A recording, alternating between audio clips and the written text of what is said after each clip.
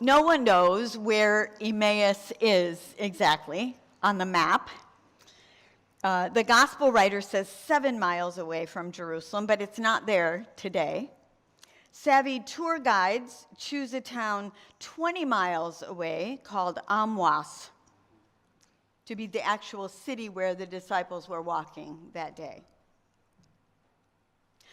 Theologians would say that the village precludes precise geographic location is reason to imagine Emmaus being here, there, or anywhere.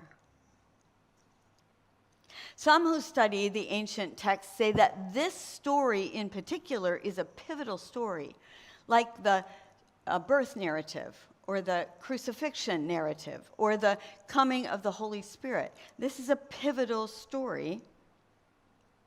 It's a parable of life's journey. And our life is a journey. Our journey actually begins in the middle of a story. I know we think ours is the only story, but it's in the middle of our parents' story, in the middle of our ancestors' story. It's in the middle of a community story. It's in the middle of the world's story. There are many stories in which we participate. We imagine a story, chapters and verses that are ours, our way of making a contribution to the bigger story. It's a way to join the narrative. The chapters of our life, we imagine, will be meaningful, will not get lost or be a footnote. And then life happens. For the disciples, can you hear them? We had hoped. We had hoped, they said, that Jesus was the one to save us, that Jesus was undefeatable, that the Romans' boot would be off our backs, that our future would be brighter because of him. We had hoped. We had hoped, we say, on our journey. We had hoped that my mother, brother, child, friend would be healed. We had hoped that our relationships would be different, that our job would be different, that the risk we took would turn out differently, that all the things would go back to normal, that we wouldn't make that mistake again, that if we dared to hope, our dreams would come true, that we might have something to offer that makes a difference, that we might realize our full potential. We have hopes, and then our hopes are smashed, and we're left with grief and pain, and perhaps anger and frustration. What do we do with that? What do we do with the disappointments of life? How life's story goes and how we fit into it may surprise us. Life takes twists and turns that we can't imagine, some for our benefit and some not so much. But if we're resilient, if we persevere, we keep walking. We keep on keeping on, knowing that, as Dan McGavin shared at Carol's memorial service, everything will be okay in the end.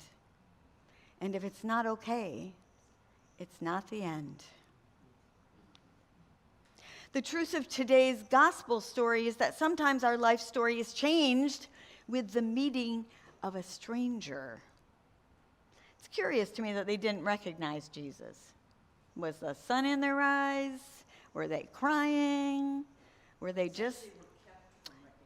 Yeah, so, okay, we're going to blame God for this one. Yeah. Wasn't the sun, it wasn't because I was just like not observant. It's God's fault. Curious. Or perhaps, Jesus' body was different, or Jesus' presence was different than it was when he was in his physical body. The stranger makes a connection with them. You can't ever talk about the text when you got someone who memorizes it sitting here.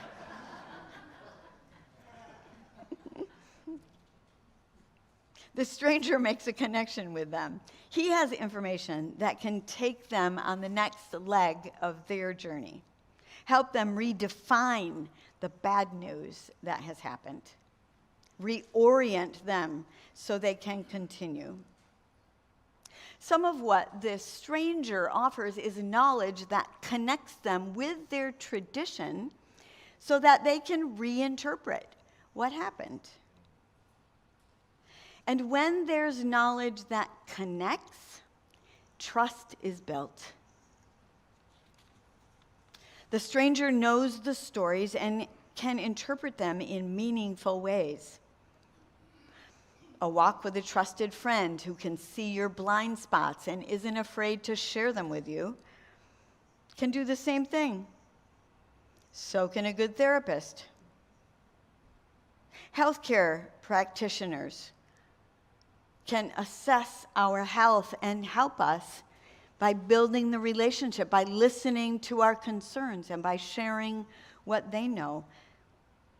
The stranger, the other, is on the same journey of life, looking for flourishing, looking for thriving. And the connections they bring can help us see the path that we're supposed to be on. Sometimes it's a ritual filled with meaning at just the right time. For me and my girls, it was looking at the moon. In the rhythm of this story, it was the blessing and breaking of the bread. They had heard it 100 times from Jesus.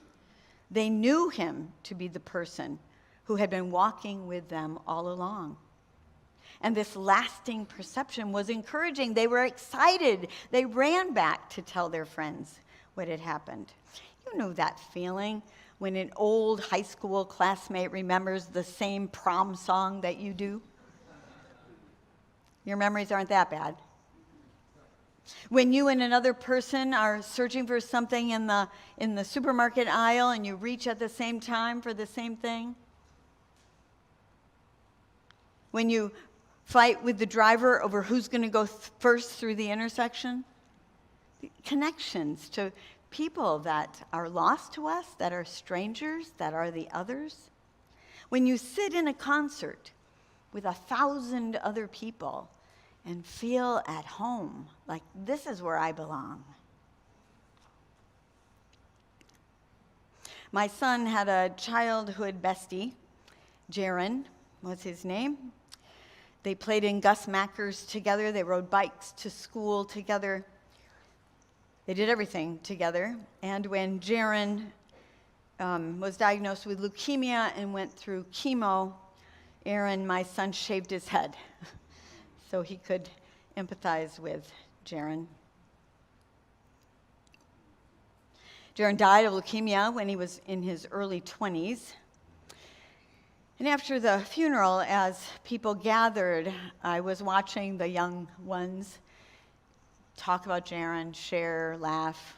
And there was a butterfly, a monarch butterfly that wanted to be in the conversation, flying around, enjoying these young people.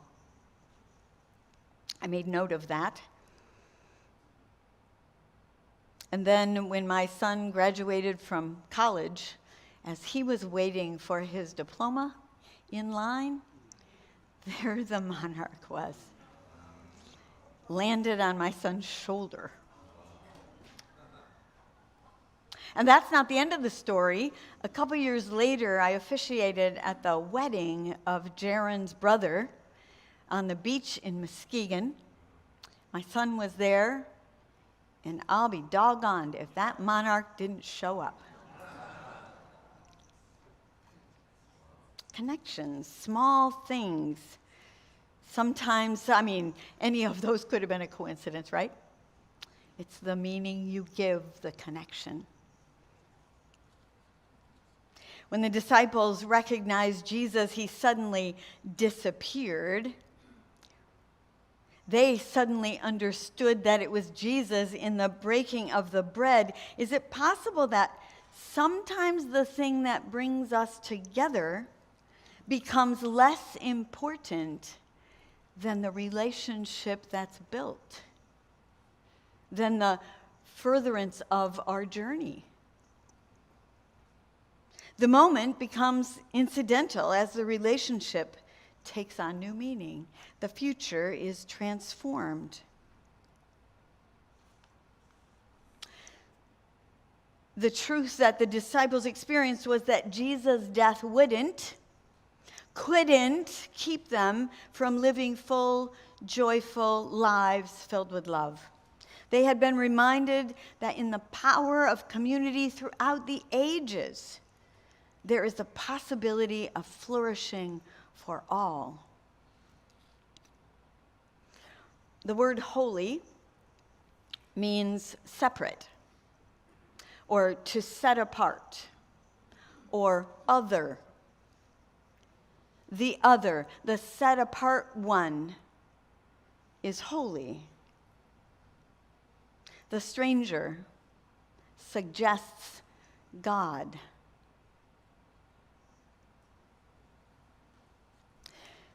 The one who's set apart intimates the mystery of the Holy One.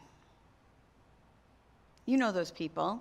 Well, you don't know them very well, but you know that they are God's presence. You see it in the way they behave, in the way they talk, in the way they treat other people. You know that they are Jesus on this planet. And the way the other loves shows us God. The love of the other illustrates God. Others are illustrations in our story. So that story that has chapters and verses, on one of those pages, there's that person that just reminded you that you are worthy of love. On another page, there's that person that recognizes the monarch butterfly. On another page, there's that person that reminds you to look at the moon. On another page, there's that person that drove you to the doctor's appointment or brought you a meal when you were sick. And under all of them, they say God was present. God is love. You might not even remember their names. They were God for you. It is what it means to be human, to reach beyond ourselves to the other, all originally strangers, and to draw them to us so that we can see God.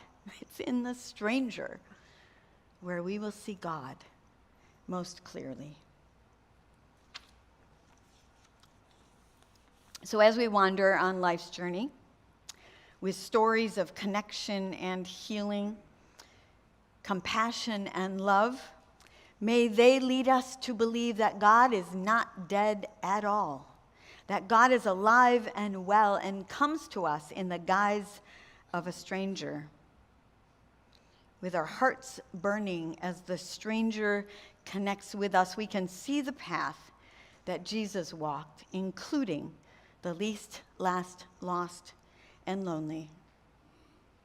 Believing that God is alive is not the point. Behaving as though God is alive is the point. As we continue to journey down this Easter season path, may we think in particular about those who are strangers among us. Maybe there's someone here that you don't know very well, but they did something and you're intrigued. It's a good person to get to know. Happy Easter. I invite you to take a deep breath. Imagine who that person might be, that stranger that was God's presence in your life.